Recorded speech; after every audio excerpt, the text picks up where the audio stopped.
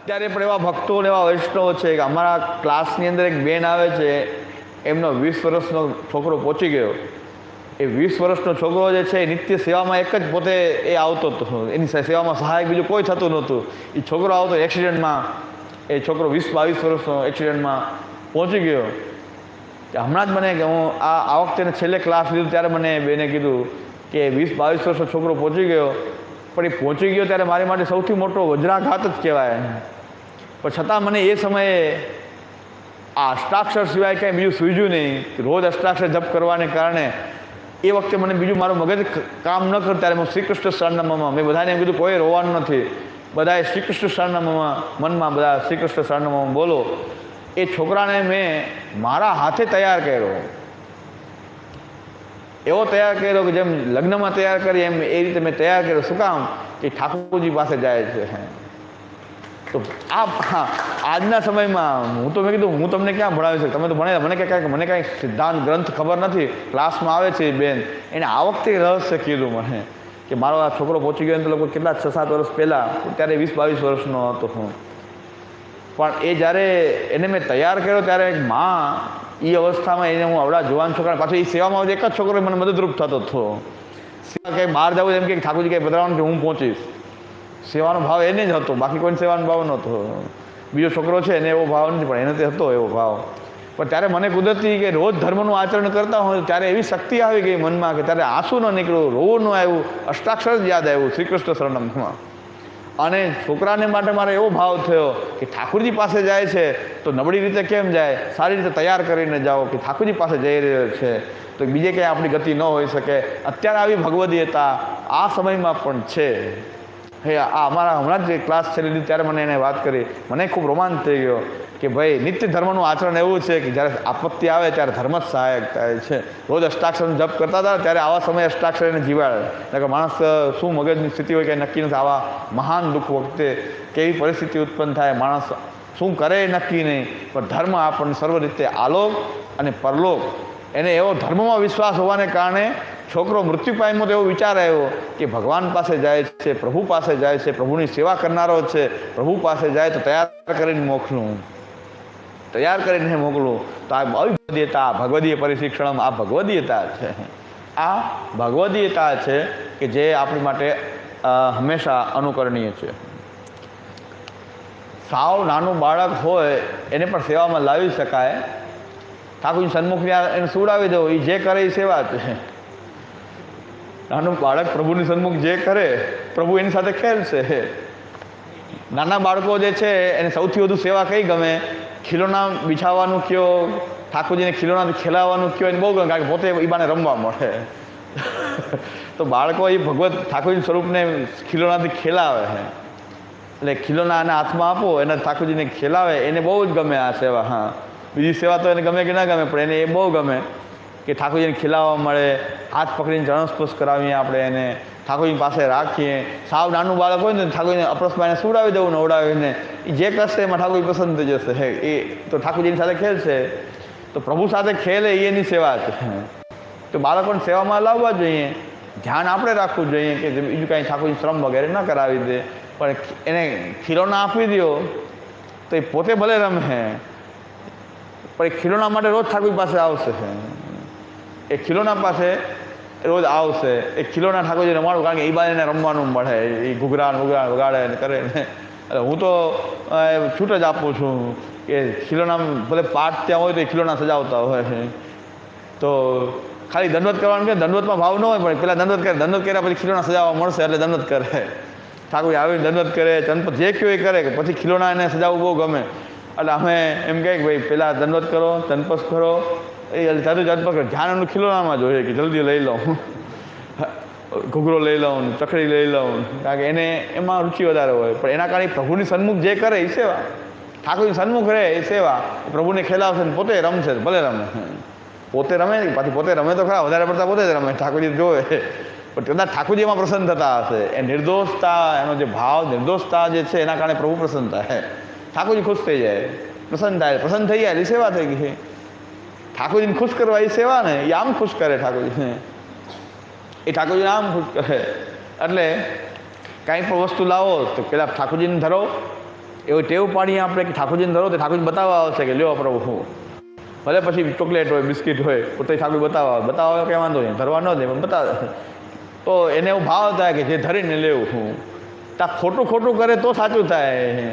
આપણે આવા જ નહીં જઈએ તો 5 વર્ષના બાળકને ચરણસ્પર્શ કરાવીએ, દંડવત કરાવીએ, સન્મુખ લાવીએ, થોડા મોટા થાય તો પછી ઠાકોરજીની કોઈ વસ્તુ લાવવાની મંગાવીએ એની પાસે કે આ વસ્તુ લાવો, અહીં મૂકો, શિંગારની પેટી લાવો, અહીં મૂકો. બાળકોને ગમે આવું, તમે ઇન્વોલ્વ કરો તો ગમે, તમે રોકો તો એને ન ગમે. આ શિંગારની પેટી લઈને અહીં મૂકી દો તો એ સેવા થઈ ગઈ. આ શિંગારની પેટી લઈને અહીં મૂકો, આ જારીજી ત્યાં મૂકી આવો, આ વસ્તુ લઈ આવો. આ પ્રકારની સેવા બાળકો પાસે કરાવી શકાય છે કે એની વસ્તુ મંદિરમાં કોઈ ઠાકોરજીની, અને એ એની ગમતી એટલી જ કરે, ધરાર પકડી નહીં રાખો. હા, એને જેટલી વાર ગમે એટલી વાર એ બધું કરે, પછી એ ભલે રમે. પકડી રાખશો તો પાછો અભાવ આવશે, બીજે આવું નહીં ગમે હે ને. તો પછી સેવામાં જવા નામાં તો રોશે, કારણ કે પકડી રાખે તો છોડતા નથી. અને બધી કાળજી રાખી અને એની પાસે જો ઇન્વોલ્વ કરીએ તો એ થશે ઇન્વોલ્વ. આ વસ્તુ લઈ આવો, આ વસ્તુ મૂકી દો. કોઈ બીજા એને એવા ઠાકોરજી કોઈ સ્વરૂપ એને આપી દો, હું શિંગાર કરું તું તારા ઠાકોરજી શિંગાર કર, એમ થોડાક શિંગાર એને આપી દે તો એ પોતાના ઠાકોરજીને શિંગાર ધરાવે. એક ઠાકોરજી ખેલવાના, આપણા ઠાકોરજીને બધી સેવા હાથમાં આપતા ના પડે. એક ઠાકોરજી છે કે એની માટે એક ઠાકોરજી આપી દઈએ, કોઈ એવું સ્વરૂપ લઈને આપી દે કે હું શિંગાર કરું એમ તો તું તારા ઠાકોરજી આ, તો એ ઠાકોરજીમાં એનો ભાવ થઈ જાય. તો તમે આ શિંગાર કરો, હું શિંગાર કરું એમ તું તારા ઠાકોરજીને શિંગાર કર. થોડાક માલા આપીએ, થોડા આપીએ, ભોગ આપીએ ધરવાનું. તો એ તો આવી રીતે સેવામાં પ્રવૃત્ત થાય. અમે લોકો એવી રીતે કરતા, મને તો હજી યાદ છે. અમે અન્નકૂટે કરતા, બધું કરતા. બધાને ઠાકોરજી અલગ અલગ હતા, બધાને ઠાકોર જુદા જુદા, અને બધાને પ્રસાદી 2 પેડા આપી દેતા અને ભોગ ધરી દેતા. કોઈ નિયમ ના હોય, નાહીએ પછી સેવા પહેલાં કરી, ઉઠીને સીધા ઠાકોરજી પકડી નાહવાનું પછી. બાળક તો એવી રીતે જ કરે, કોઈ એને નાહવાનું યાદ ન આવે કે સેવા કરવી એટલે કરવી. જેમ ઉઠતા આવે તો સેવા યાદ આવે તો સેવામાં પહેલાં ઠાકોર કરી લે, પછી ના. હું એવું કરતો હોઈશ, મને યાદ છે એવું કે નાહવાનું પછી યાદ આવતું, જલ્દી સેવા કરી લઉં.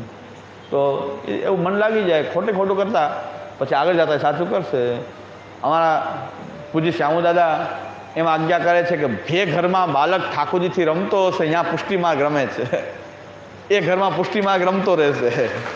બાળક ઠાકોરજીથી ખેલતો હશે, જે ઘરમાં બાળકો પણ ઠાકોરજીની રમત રમતા હશે, એ ઘરમાં પુષ્ટિમાર્ગ કાયમ માટે રમતો રહેશે.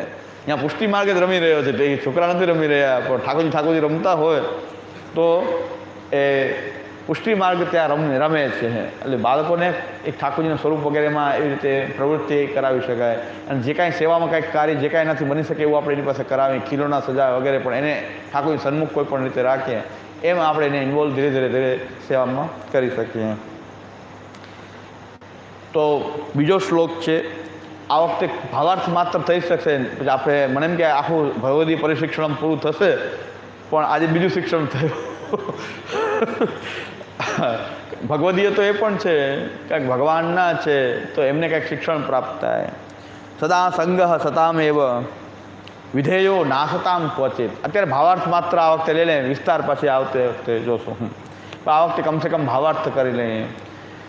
સંગ કરવો જોઈએ તો હંમેશા સત્પુરુષોનો સંગ કરવો જોઈએ, સારા પુરુષોનો સંગ કરવો જોઈએ.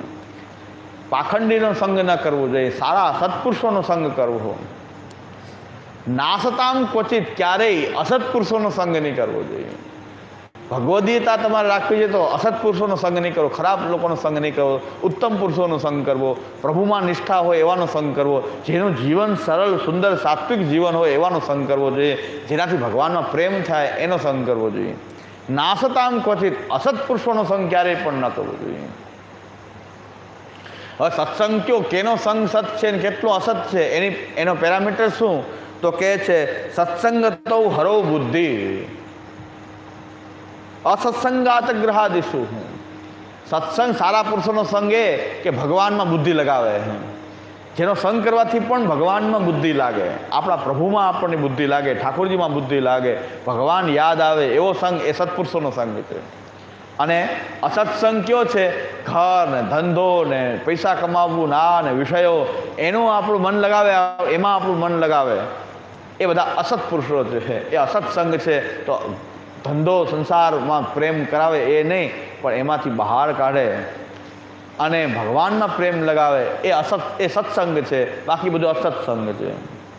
ખરાબ પુરુષોને પહેલાં ઓળખી લેવા એ બહુ જરૂરી છે. હરિરાયજી કહે છે અસંતસ્તુ વિરોધવ્યા, અસંત જે હોય એને પહેલાં જાણી લેવા, નકર બગાડ કરી દેશે મોટો. મતિમંતો નિજા આપી, તમારી પોતાની બુદ્ધિથી નક્કી કરી લેવું કે આ વ્યક્તિ યોગ્ય છે કે નહીં. સંતો હરો રતિયુતા, સંત જે છે એને ભગવાનમાં જ પ્રેમ હોય, ભગવાન સિવાય બીજી કઈ જગ્યાએ પ્રેમ હોતો નથી, એ સંત પુરુષો છે. અને ઉદાસીના તદાસિતા, અને સંસારમાં એ ઉદાસીન હોય છે, ભગવાનને આશ્રિત હોય છે. ભગવાનમાં એ બાકી જગ્યાએ બધે ઉદાસીન હોય છે. ભગવાનના જે જનો જે છે એ સંસાર પ્રત્યેને કોઈ પ્રેમ નથી હોતો, સંસાર પ્રત્યેની વાતમાં એને કોઈ રસ નથી હોતો, ભગવાનમાં જ પ્રેમવાળા હોય છે. એ સંત છે, એનો સંગ કરવો જોઈએ, ભગવાનમાં પ્રેમવાળાનો સંગ કરવો જોઈએ. અને સુમાર્ગીય પરમ ધર્મ શું છે, પુષ્ટિમાર્ગનો પરમ ધર્મ શું છે? હરિસેવા નિરંતરમ. પુષ્ટિમાર્ગની અંદર સુમાર્ગીય પરો ધર્મો હરિસેવા નિરંતરમ, હરિની સેવા મુખ્ય કર્તવ્ય હરિસેવા છે. બધું હરિસેવાના ભાગરૂપે હોવું જોઈએ. પુષ્ટિ માર્ગમાં એમ નથી કીધું કે તમારો ઘરમાં, ધનમાં, પરિવારમાં ક્યાંય પ્રેમ ન હોવો જોઈએ, ભગવાનમાં હોવો જોઈએ, નહીં. ભગવાનમાં પ્રેમ એવડો મોટો હોવો જોઈએ કે બાકીના બધા જે પ્રેમ જે છે એના ભાગરૂપે હોય છે. ભગવાનમાં પ્રેમ સૌથી મોટો હોવો જોઈએ. ભગવાનની સેવા સૌથી મોટું કર્તવ્ય આપણને લાગવું જોઈએ કે મારા ઠાકોરજીની સેવા, કારણ કે હું ભગવાનમાંથી છૂટો પડેલો છું, ભગવાનનો અંશ છું, અને એની સેવા કરવી એ સૌથી મોટું કર્તવ્ય છે. તો નિરંતર ભગવત સેવા કેમ થાય? કે સૌથી મોટી કર્તવ્ય, મોટું કર્તવ્ય ભગવત સેવા. હવે જે કાંઈ પણ તમે કર્મ કરો, લૌકિક વૈદિક ધંધો કાદી જે કાંઈ ઘરનું કામ વગેરે જે કાંઈ પણ કરો, એ ભગવાનની સેવાનો ભાગ છે. એ રીતે કરવામાં આવે તો એ નિરંતર સેવા થઈ ગઈ. જે કરો એ સેવા જ થઈ ગઈ. તો હરિસેવા નિરંતર થઈ ગઈ. સોમાર્ગીય પરો ધર્મો હરિસેવા નિરંતરમ. નિરંતર સેવા કેમ થાય? કે તમે જે કાંઈ પણ કરો છો એ ભગવાનની સેવાના ભાગરૂપે કરો છો. ભગવાનની સેવા ઘરમાં મુખ્ય હોવી જોઈએ, અને બાકીનો બધો એના પાર્ટ રૂપે આપણે કરતા હોવા જોઈએ. બહુ સુંદર આજ્ઞા કરે છે. આ દેહ ઇન્દ્રિયો વગેરેથી ભગવાનની સેવા કરવી એ આ જન્મનું ફલ જ છે. જો હું અત્યાર સુધી જે 4 દિવસથી કહું છું કૃષ્ણ સેવા ફલ છે, કૃષ્ણ સેવા જ ફલ છે, 4 દિવસથી એક જ વાત કરું છું, જપ કરું છું. કૃષ્ણ સેવાનો હું જપ કરું છું, કૃષ્ણ સેવા જ ફલ છે, કૃષ્ણ સેવા જ ફલ છે. ભગવાનની સેવા મળી જવી એ બહુ મોટી ઉપલબ્ધિ છે. આપણને ખબર નથી કેટલી મોટી ઉપલબ્ધિ છે. આ દેવતાઓને ખબર છે કે ભગવત સેવા મળવી કેટલી દુર્લભ છે, ભગવાનની સેવા કેટલી દુર્લભ છે. બધા લક્ષ્મીના એક આદિ ભૌતિક સ્વરૂપની પાછળ આખું જગત ગાંડું છે. લક્ષ્મીના આદિદેવી સ્વરૂપ નહીં, આદિ ભૌતિક સ્વરૂપ લક્ષ્મી, આ પૈસો એ આખા જગતને નચાવી રહ્યો છે. એ લક્ષ્મીજી ભગવાન નિરંતર ચરણ સેવા માંગે છે. એ ભગવાનની ચરણ સેવા નિત્ય કરી રહી છે લક્ષ્મી. આ લક્ષ્મીની પાછળ આખું જગત એ એના આદિ એક ભૌતિક અંશ માત્રમાં જગત ગાંડું છે. પણ એ લક્ષ્મી પૂર્ણ પોતાના રૂપથી ભગવાનના ચરણની આશ્રિત થઈને ભગવાનની ચરણ સેવા કરે છે. લક્ષ્મીજીને ખબર છે કે આ ચરણનું શું મહાત્મ્ય છે. તો એવી દિવ્ય ભગવત સેવા એ ફલરૂપ છે. જે આપણને મળી ગઈ, ઘરમાં સેવા કરવા મળી ગઈ ઠાકોરજીની, તો ફલ થઈ ગયું. આ જન્મમાં બધું જ પ્રાપ્ત થઈ ગયું. યોગીઓને પણ જે પ્રાપ્ત નથી આપણને પ્રાપ્ત થઈ ગયું. તો ઘરમાં ઠાકોરજીને સેવા કરવી, મન આદિ, મન વગેરે બધું જ દેહ ઇન્દ્રિયો બધી સેવામાં લગાડવી. એ ઠાકોરજીની સેવામાં આપણે દ્રવ્ય કમાવીએ પણ આપણી સેવામાં વિનિયોગ સારી રીતે ઠાકોરજીની સેવામાં થાય. કંઈક સામગ્રી સુંદર ઠાકોરજીને લાવીને ભોગ ધરીએ, એમાં સુંદર વસ્ત્ર શૃંગાર આદિ કરાવીએ, એવા સુંદર ભાવોથી આપણે વ્યાવૃત્તિ પણ કરતા હોઈએ તો આ સેવા જ ફલ છે. આ જન્મની સૌથી મોટી ઉપલબ્ધિ ઠાકોરજીની સેવા છે. તો ભક્ત સેવાને ફલરૂપ જાણીને મન આદિથી કૃષ્ણની સેવા નિરંતર કરવી એ પુષ્ટિ માર્ગમાં પરમ ધર્મ કહેવાય છે. આપણા માર્ગની અંદર પરમ ધર્મ છે આ હરિની સેવાને કહેવામાં આવે છે. અને આપણે જે બ્રહ્મ સંબંધ લીધું છે એ બ્રહ્મ સંબંધની જે પ્રતિજ્ઞા છે, આપણે ભગવાન સામે જે પ્રતિજ્ઞા કરી છે કે હું બધું આપને સમર્પિત કરી, હવે હું આપનો દાસ છું, હું આપનો છું, હે ભગવાન કૃષ્ણ હું આપનો છું. એ આપણી જે નિવેદનની જે પ્રતિજ્ઞા છે એનું વારંવાર સ્મરણ કરવું, એ વારંવાર સ્મરણ કરવું. અને સદ્ભિ સતત, સારા ભગવદીઓ એકત્ર થાય તો આશીર્વાદ દો, મારું કામ થઈ જાય, મારું કામ, એમ નહીં. આપણે ભગવાનના બધા જ સેવક છીએ. એવું અનુસંધાન ભગવદીઓ સાથે મળીને આપણે બધાએ ભગવાનના સેવક છીએ અને આપણે ભગવાનની સેવા કરવી આપણું પરમ કર્તવ્ય છે, એવું અનુસંધાન બધા સાથે મળીને કરીએ તો આવું કરવાથી ક્ષણાતદ હૃદયમ વિશે એક ક્ષણમાં ભગવાન હૃદયમાં પધારી જશે. નિવેદનનું અનુસંધાન ભગવદીઓની સાથે મળીને કરશું તો ક્ષણમાં ભગવાન હૃદયમાં પધારશે. એક ક્ષણમાં પધારવા સમર્થ છે. કઈ ક્ષણે પધારે એ નક્કી નહીં, પણ ક્ષણમાં ભગવાન હૃદયમાં પધારે. એનો ઉપાય તો આ છે કે નિવેદનનું સ્મરણ કરવું, હું ભગવાનનો સેવક છું એ યાદ કરવું, કે પ્રભુનો હું સેવક છું એ યાદ કરવાથી ભગવાન આપણા હૃદયમાં ક્ષણમાં ભગવાન હૃદયમાં પધારી જશે.